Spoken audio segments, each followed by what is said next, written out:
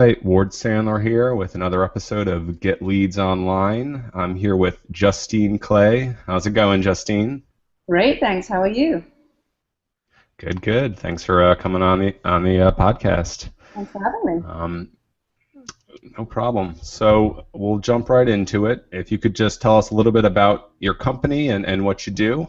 hmm so I have a business called Pitch Perfect Presentation, and I am a business coach for creative professionals. So I specialize in working with people who are fairly established in their careers. Maybe they're photographers, art directors, graphic designers, or writers, but the range is broad. And they've got themselves to a certain point and had a good amount of success, but they really are at a place where they want to grow their business. And a lot of times they're not taught those skills in design school. So I help them a lot of times reframe their mindset about how successful they actually can be doing what they love, and also giving them the marketing and business tools that they need to make that happen for themselves. So it's really about empowering business owners to do for themselves what an agent would do. Gotcha. Okay. No, that sounds helpful. And how long have you been doing this?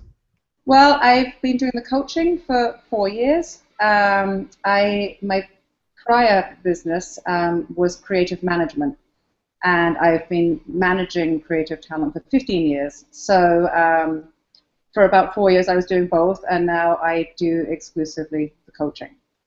Gotcha. Okay. And for the coaching, roughly how many clients have you had? I would say one-on-one clients, I've probably had about 25. And like I say, that was all, while I had two businesses. Right. No, that's good.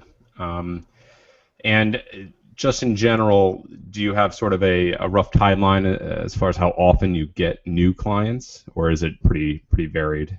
Three clients a month to get new, About three clients a month. three new clients a month. Okay. Okay. Gotcha. Yeah, that's a pretty good rate. So obviously, if you're getting three new clients a month, you must be doing some work around generating leads and new business. So what are you trying right now, and what's sort of working for you? Sure. Well, having been focused on sort of lead generation for 15 years, I've tried pretty much every method there is out there.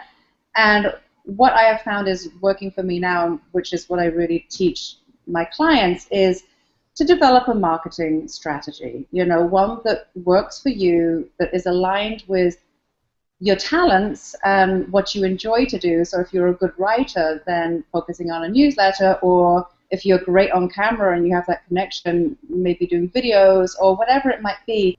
Right. And then, I mean, the key, I think, then is really implementing some kind of a marketing endeavor every single day. I mean, most small business owners, and I was one of those people, don't market nearly as much as they should do. And in fact, that should be kind of like the lion's share of our day, working on our business as opposed to in it. So I found that that's really the best thing for me, is having a strategy, knowing what, maybe having an editorial calendar, knowing what I want to talk about over the next sort of few months, and then implementing it. So you mentioned an editorial calendar. Some folks might not be aware of what that is. Could you just kind of briefly explain? Sure. So personally, I love to write. And so I send a newsletter out every 2 weeks. And it used to be every month. And, as the time would draw nearer, I'd be like, oh, what am I going to write about today? And so as a result, sometimes it got pushed a little bit. Maybe it was 5 weeks. And, it wasn't consistent. So what I did at the beginning of this year was create a list of 30 topics that I felt would be interesting to my audience. And, I would keep those in mind. So if I would see a TED Talk and I think, oh, that would be interesting for this subject, I would throw the link into that document. Or if I saw a photo of something or a quote, I would throw that in. So I would just keep tracking stuff. And then I created literally a calendar and said, okay, every other Tuesday, my newsletter goes out without fail. It doesn't matter what's going on. And so the week before it's due, I start to write it. And I just look at my list and I see which one kind of tickles my fancy that week, and I write that. So that's been hugely helpful in keeping me on track and giving me that consistency. Right. So staying organized and planning ahead of time with what you're going to write about makes the task much easier than if you were to just, like you said, day of, oh my God, I got to figure out what I got to write. That's a lot more stressful. It's really stressful, and so this takes a load off, and it also, I think, makes your communications more strategic, because when you think of something in bulk like that, and then other things come along that you add to it, you kind of start hitting a flow. One subject bounces off another subject, and I may have a client and they're having a particular issue, and I'll be like, oh, that's something that I should really talk about, so I'll add that to my list. And so the list keeps growing, and it feels a lot more organic and like you say, a lot less stressful. Right. So it sounds like you're pretty consistent and serious with your email newsletter marketing. Do you also, I assume that you're also posting blog posts? So I try and create something that is really good content, and then try and repurpose it in different ways. So it'll go out to the newsletter, which then, of course, goes to the blog. I'll share it on LinkedIn, Twitter, Facebook, Google+. American Express Open Forum is a really great place to share things. Mm. So, and then also I do article marketing. For Amex Open Forum, I'm curious, why specifically there? Because I think that they have a really great platform that's already, of course, big and established, and they're going to have a way bigger audience than I would ever have.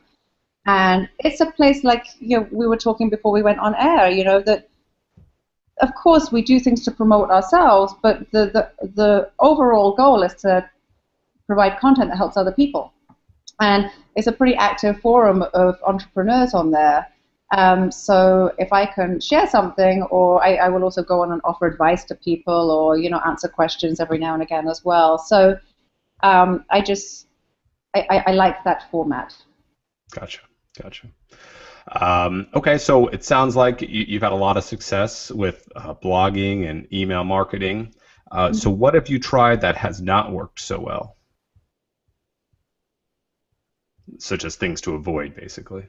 So I think anything that falls into the it's kind of a shortcut category usually doesn't work. I find that it's actually much better to have a really small list of, if you have 300 people, but they're quality leads, that is way more valuable and will convert way more clients than having access to 3,000 people who you don't have any kind of a relationship with or any kind of a rapport. So that didn't work for me. Another thing was advertising in publications that also went out to, supposedly all my ideal clients, and taking an ad out in there. In the end, it's just, it also didn't ever yield anything. So I feel like a lot of times the stuff that you pay a lot of money for doesn't really do much for you. What works is your own blood, sweat, and tears.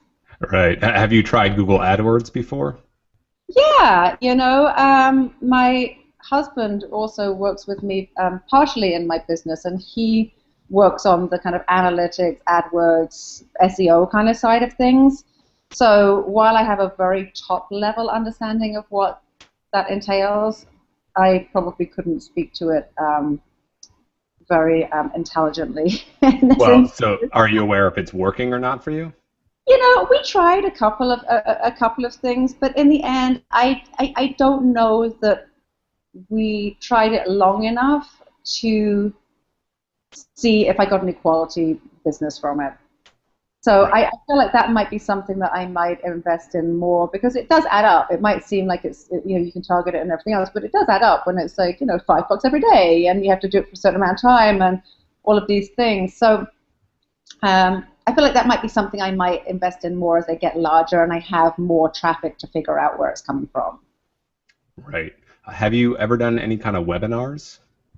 I haven't yet, but that is on my list of things that I will be doing.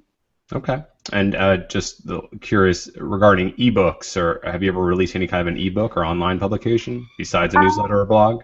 No, I haven't done an ebook. I do have like a very small version of something like that, like a guide that's on my website. That's a free guide. It's 5 steps to building a better creative business. So I've created something like that. I think that creating an ebook down the line again would be something that I would be really interested in doing. I think that what I'm really focused on now is really sort of figuring out exactly what my clients need and then creating a book based upon that. So I think that that kind of comes based upon more experience and more understanding of your niche. um, Right. So I guess sort of a good closing question I'd like to start asking is when, let's say, someone who's listening to this podcast is not nearly at the same level as you are regarding marketing. You have an established email list, you have an established editorial calendar for creating content. They're starting from zero, let's say. They just started their business a month ago and they have maybe a handful of clients. I think a good first place to focus is to look at what their strength is. It kind of goes back to what we talked about before. Is it writing? Is it articles? How tos? Is it video? Are they really great at curating content? So it could be, skimming the net for resources and then saying, here's the top 10 tools for taking your business online, or whatever it might be. And really, I mean, identifying who your ideal clients are and starting to create content that's geared towards them. So one really good thing to do is to start networking. I think that's probably the first thing I would do, because that's a way that you can start building your list and start building kind of a tribe. But then another really great idea is finding associations or businesses that serve your ideal clients and have large quantities of them on their lists, and maybe writing a guest blog for them. So one of the things I did when I was first starting out is I wrote a guest blog for the Freelancers Union. And that was a really great way to kind of get my feet wet and to get exposure to more people and start to build my list. Just start in one place and don't try and do it all at once. Right. Okay. I think it's a good place to leave it. I want to thank Justine for coming on the podcast.